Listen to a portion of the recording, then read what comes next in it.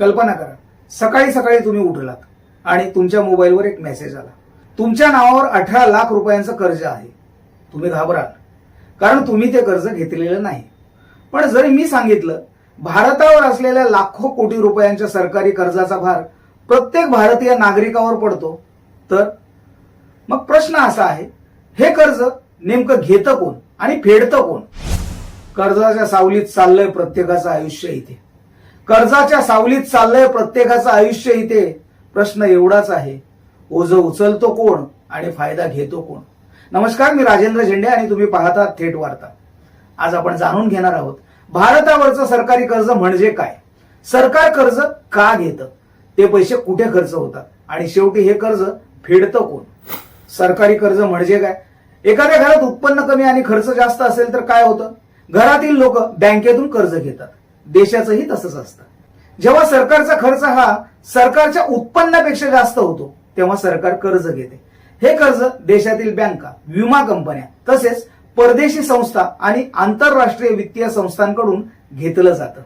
देश चालवण्यासाठी प्रचंड खर्च होतो. रस्ते, रेल्वे, संरक्षण, शिक्षण, आरोग्य, शेतकरी योजना, पेन्शन, सरकारी कर्मचाऱ्यांचे पगार, गरिबांसाठी विविध योजना, हे सर्व पैसे सरकारला खर्च करावे लागतात. कधी नैसर्गिक आपत्ती, कधी युद्ध, कधी महामारी, अशा वेळी खर्च आणखी वाढतो.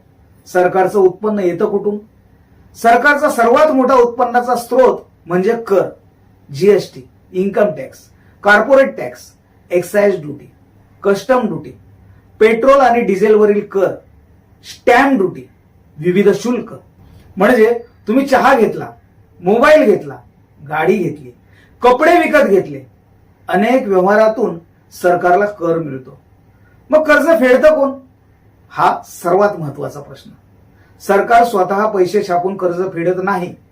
सरकारचं उत्पन्न करातून येतं आणि तो कर भारतात सामान्य नागरिक, उद्योग, व्यापारी, कंपन्या म्हणजेच अप्रत्यक्षपणे भारताचं कर्ज फेडणारे आपण सर्वच आहोत. तुम्ही वस्तू खरेदी करता, जीएसटी भरता, इंधन भरता, आयकर भरता, त्यातून सरकारला पैसा मिळतो. त्या पैशातून सरकार व्याज भरते आणि जुनं कर्ज फेडते. सरकार सतत कर्ज घेत असेल तर ते धोकादायक आहे का? तर नेहमीच नाही. जर कर्ज विकासासाठी वापरलं, रस्ते, रेल्वे, बंदर, शिक्षण, आरोग्य, उद्योग, तर भविष्यात अर्थव्यवस्था वाढते, उत्पन्न वाढतं, कर वाढतो आणि कर्ज फेडणं सोपं होतं. पण जर कर्जाचा पैसा फक्त रोजच्या खर्चात गेला तर संकट निर्माण होऊ शकतं. मग देश दिवाळखोर कधी होतो?